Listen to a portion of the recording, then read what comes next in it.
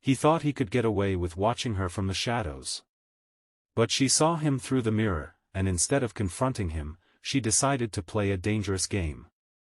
What started as a silent gaze turned into a twisted power play of temptation, control, and secrets hidden in plain sight.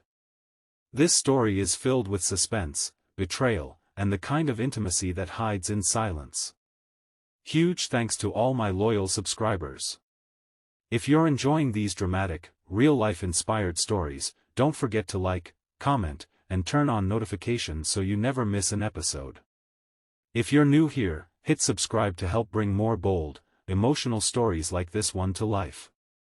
Your support means everything, and trust me, you won't want to miss what happens next. Perfect. Let's begin your story. The mirror saw it first. I don't remember the exact day it started, but I know the moment it changed everything. It was a Thursday afternoon. I had come home early from work, something I rarely did. The house was quiet. My wife, Lena, didn't hear me come in. I stood in the hallway, just outside our bedroom, and that's when I saw it. Not her. Not directly. I saw her through the mirror.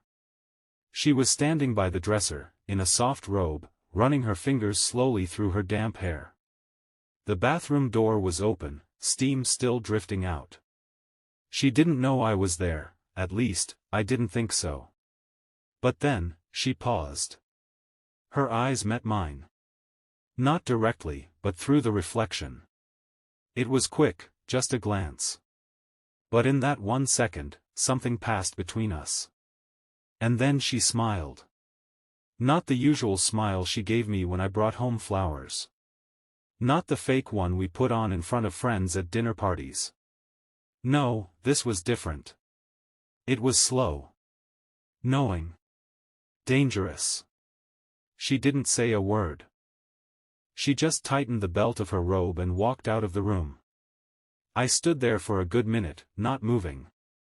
My heart was pounding, not because I had been caught watching, but because I wasn't sure what I had just seen. Lena and I had been married for 8 years.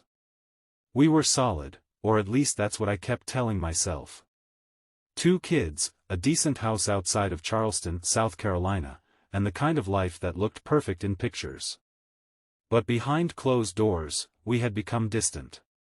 We shared space, but not moments. We shared meals, but not intimacy. We still had sex, but it felt more like a routine than a connection. And yet, in that one moment, with the mirror between us, it felt like I saw her for the first time in years. Or maybe, for the first time, she showed herself. That night, I didn't mention it. I wanted to believe it was nothing. Just a trick of light, a coincidence. But something inside me shifted. I couldn't stop thinking about it. The next morning, I walked past that same mirror, deliberately slower, just to see what she'd do. She was in the bedroom again, putting on lotion, her back to the door. I paused, watching her through the glass. She didn't look up. Until she did. Our eyes met again. And again, just like before, she smiled. Soft. Sinister. Intimate. She didn't speak. Neither did I. After that, it became a routine. Not one we ever discussed. Never with words. Just glances. Lingering stares. She would wear things she hadn't worn in years, short slips, lace, the old perfume I thought she'd stopped using. She moved slower. With purpose.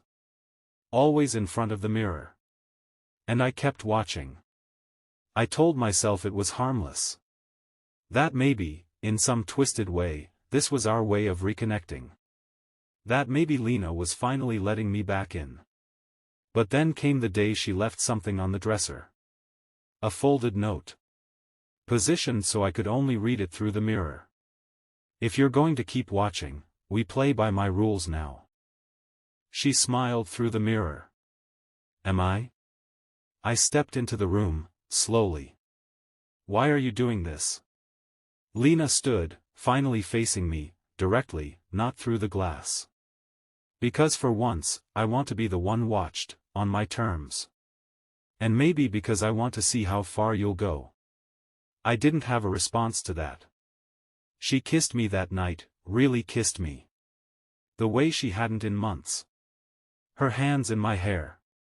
Her mouth firm, wanting. It wasn't passion. It was claiming. And I let her take whatever she needed, because deep down, I didn't know how to stop her. Or if I even wanted to. The next few days blurred into something surreal. Lena became more alive, almost radiant. She moved through the house with purpose, her energy shifting between cold indifference and hot magnetism. She started exercising again, walking in tight leggings, leaving sweat on her collarbone and heat in the air. I began scheduling work calls later just so I could be home longer. But that's when things changed. One afternoon, I came back unexpectedly again. I had left my wallet at home and needed to grab it before a client dinner. When I stepped into the house, I could hear voices. Soft, low, laughter. A man's voice. And hers. At first, I thought it might be the delivery guy or maybe our neighbor. But when I turned the corner into the backyard, I stopped cold. It was the pool guy. Ryan. Early 30s, tan, built like some sun-kissed movie extra. He was standing by the pool controls, shirtless, holding a wrench. Lena stood just a few feet from him in her swimsuit and a cover-up, open. Wide open. She laughed again, brushing her fingers through her hair. It was the same laugh she used with me, years ago, when we first met. Carefree. Flirtatious. She saw me. And she didn't stop. Didn't flinch. Just gave me that same look. That smile. When Ryan left 10 minutes later, Lena walked past me in the kitchen like nothing happened. She kissed me on the cheek, grabbed a bottle of wine from the fridge, and went upstairs. I didn't follow her. Not that night. I couldn't figure out what the hell was going on. Was she trying to punish me? Was it just a game to her? Or had I really lost something deeper than control, like her trust, or worse, her respect? The mirror no longer felt like a window. It felt like a trap. Each day after, I found myself haunted by it. I'd walk by and hesitate, not because I wanted to look, but because I was terrified of what I might see next. Every shadow. Every reflection. Every whisper between her and someone else made me feel like I wasn't a husband anymore. I was just, watching my own marriage rot behind glass. And Lena? She was thriving in it. I didn't sleep much that night. The image of her standing by the pool with Ryan burned into my mind, her hips slightly turned, her cover-up sliding off one shoulder, her laugh, not nervous, not guilty. Intentional. She wasn't slipping up. She was showing off. But why? Was it to get back at me for watching her in the mirror? Or was this something more? The next morning, I couldn't look at her the same. She stood at the counter sipping coffee like everything was fine, scrolling her phone. I sat across from her, waiting, begging, for her to bring it up. To give me something I could fight against, some reason to accuse her. But Lena never flinched. Never cracked. She looked up and said, "Don't forget your client lunch at noon." That was it. No explanation. No acknowledgement. Just life moving forward like nothing happened. But everything had changed. And now the silence between us was no longer cold, it was taunting. 2 days later, I stayed home from work. I pretended to be sick, just to see what she'd do. Around 11:30. I saw her outside again, this time in yoga pants and a tank top, pacing around the pool like she was waiting for something. Or someone. And right on cue, Ryan arrived. I watched from the bedroom window. My chest tightened with every step he took toward her, every casual laugh they shared. He placed a hand briefly on her lower back, just for a second, but long enough for it to say everything it needed to. She let him. No resistance. No hesitation. That was when it hit me. This wasn't just about revenge. She wanted power. Control. The same thing I once took from her in silence, she was now taking back in full display. And I was too frozen to stop her. Later that evening, she left another note on the bathroom mirror. "You're not the only one who likes being watched. Do you still want to play?" I stared at the words, my hands shaking. This wasn't just a game anymore. It was a test. Of my patience. My pride. My love. I didn't know how to answer. And then, right below it, she wrote a second line in smaller handwriting. "You started this, remember?" The next day, Ryan didn't come. But Lena moved through the house as if he had. She wore perfume. She changed clothes twice before leaving to run errands. She hummed while folding laundry, softly, like she was keeping a secret only she found beautiful. That night, she came into the bedroom wearing nothing but one of my dress shirts. She crawled into bed next to me, rested her head on my chest, and whispered, "You okay?" I didn't answer. I couldn't. My mouth was dry. My heart pounding. My thoughts scrambled like I'd just stepped off a spinning ride and had no idea where I was. She looked up and kissed me, soft, slow, like an apology wrapped in heat. But there was no apology. Not really. Just heat. And confusion. And control. I made love to her that night, but it wasn't the same. It didn't feel like love.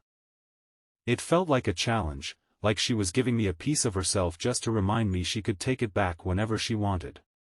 And the worst part? I still wanted her. Even after everything.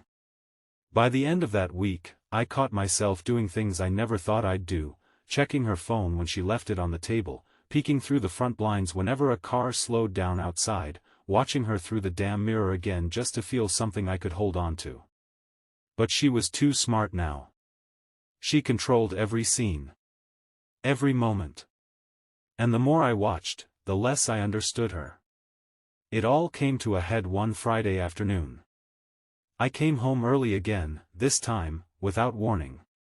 When I walked in, the house was quiet. Too quiet. I didn't call out her name.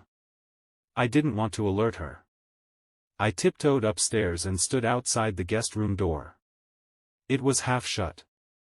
And inside, I heard it. Voices. Not loud. But intimate. Her voice. And his. I pushed the door open slowly. What I saw stopped my breath. She wasn't with him, not physically. They weren't touching. But they were close. Too close. Sitting on the edge of the bed, heads leaning toward one another, smiling like they were the only people in the world.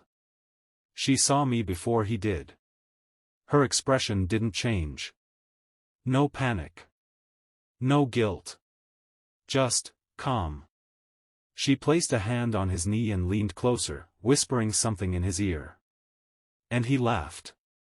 Then she looked up at me and said, "Close the door, babe. We were just talking." That was it. That one sentence shattered whatever part of me was still holding on to the idea that this was salvageable. That I could fight for her. That she wanted to be caught. She didn't. Because she already won.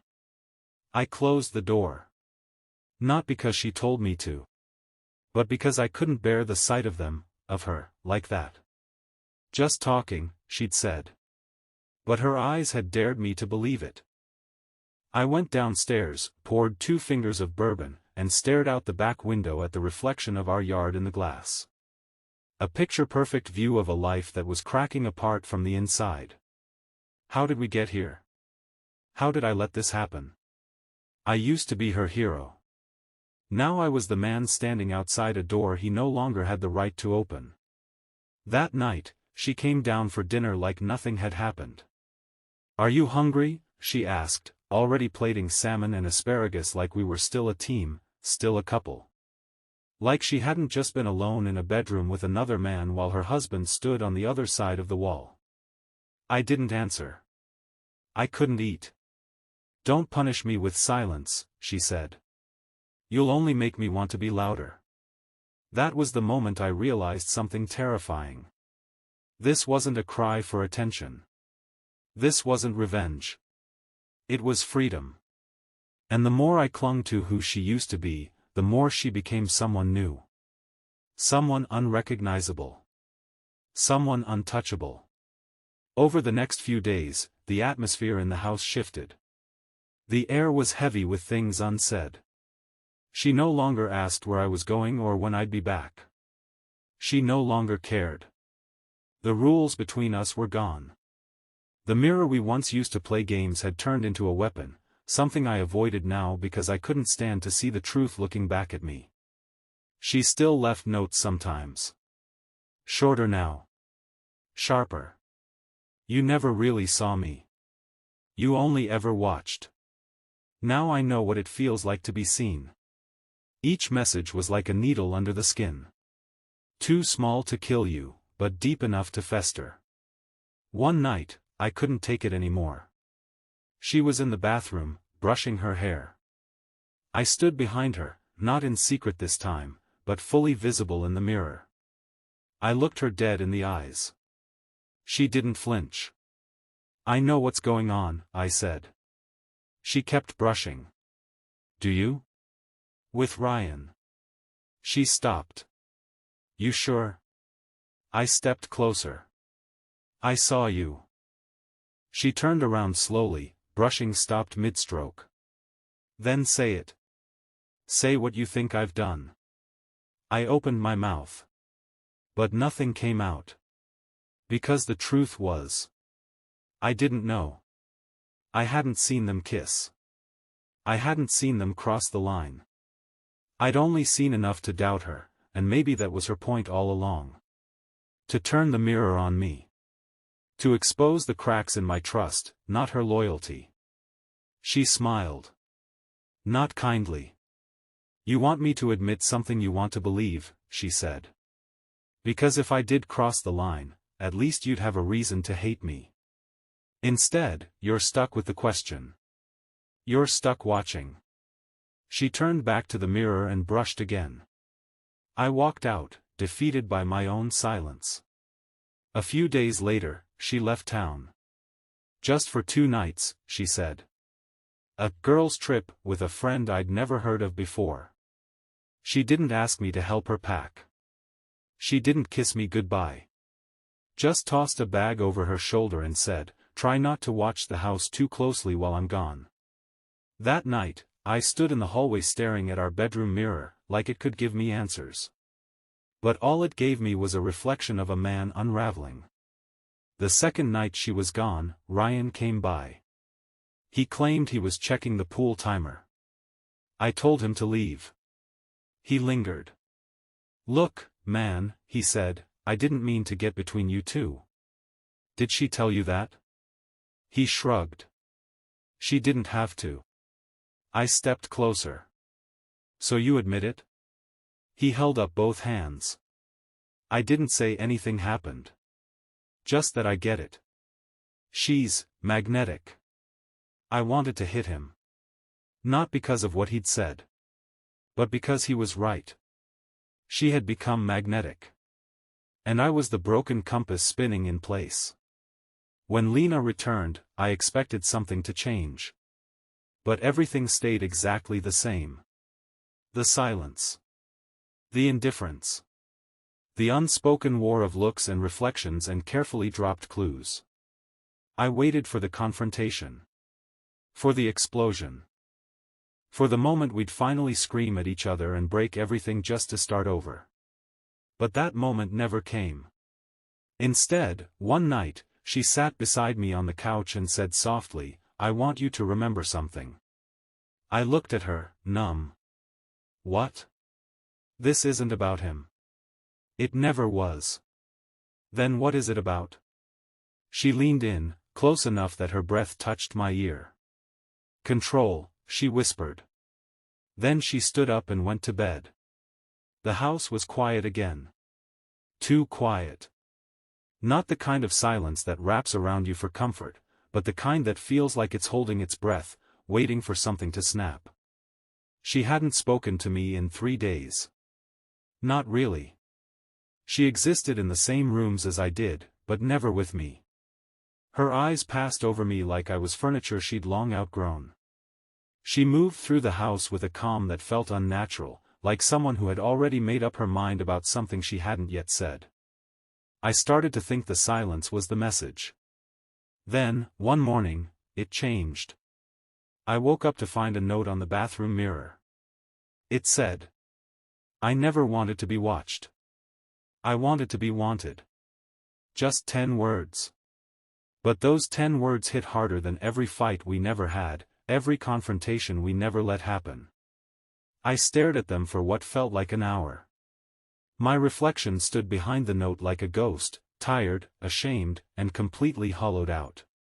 This was it, wasn't it? The end. And she'd written it not with anger, but with truth. That evening, Lena walked into the kitchen wearing a dress I hadn't seen in years, black, elegant, the kind of thing she used to wear when we still went out together. I turned from the sink, startled. "Where are you going?" She looked me in the eye, steady. "To dinner." "With who?" Her silence was the answer. But then, she added softly, "Don't worry, it's not Ryan." I wasn't sure if that made it better, or worse. I wanted to say something. Anything. Ask her to stay. Beg her to fight for us. But my mouth stayed shut, as if my silence had learned from hers. She walked out the door without looking back. I sat alone for an hour, then 2. Eventually, I walked upstairs, unsure of what I was looking for. Maybe closure. Maybe proof. Maybe just one last reflection. I stood in front of the bedroom mirror again. The same one that had watched everything unravel, every look, every whisper, every sin. This time, there was something new. A second note tucked into the corner of the frame. It read, "You always looked through the mirror. But never at what was in front of you." That night, she didn't come home. The next morning, she still wasn't back. By noon, her closet was half empty. Her drawers too. I never heard the suitcase. I never saw her pack. But she'd done it quietly, methodically, like she had planned her exit long before I even realized we had a problem. It wasn't rage that drove her away. It was disconnection. The slow fade of a woman who once wanted to be seen, but grew tired of being observed. Weeks passed. People asked about her. I lied. Visiting family, I'd say. Or, she needed some time. But the truth was, she had left me with the mirror.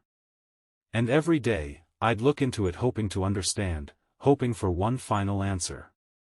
Instead, all I saw was the man she left behind. The one who didn't act when he should have. The one who thought watching was the same thing as loving. The one who learned too late that silence is louder than screams, and reflections don't lie. Final words from me. If you're still here, if you've followed this story to the bitter end, thank you. Not just for listening. For understanding that infidelity isn't always about physical betrayal. Sometimes, the deepest betrayal is failing to see someone when they needed you most. Sometimes, it's letting silence grow so loud it drowns both people. Lena didn't cheat with her body first. She cheated with her distance. And me? I let her. Because I thought watching her meant I understood her. But the mirror saw it first. And by the time I looked, it was already too late. That's the end. If you found this story thought-provoking or it made your heart skip a beat, don't forget to like, comment, and subscribe. Your support helps keep these real-life inspired stories coming.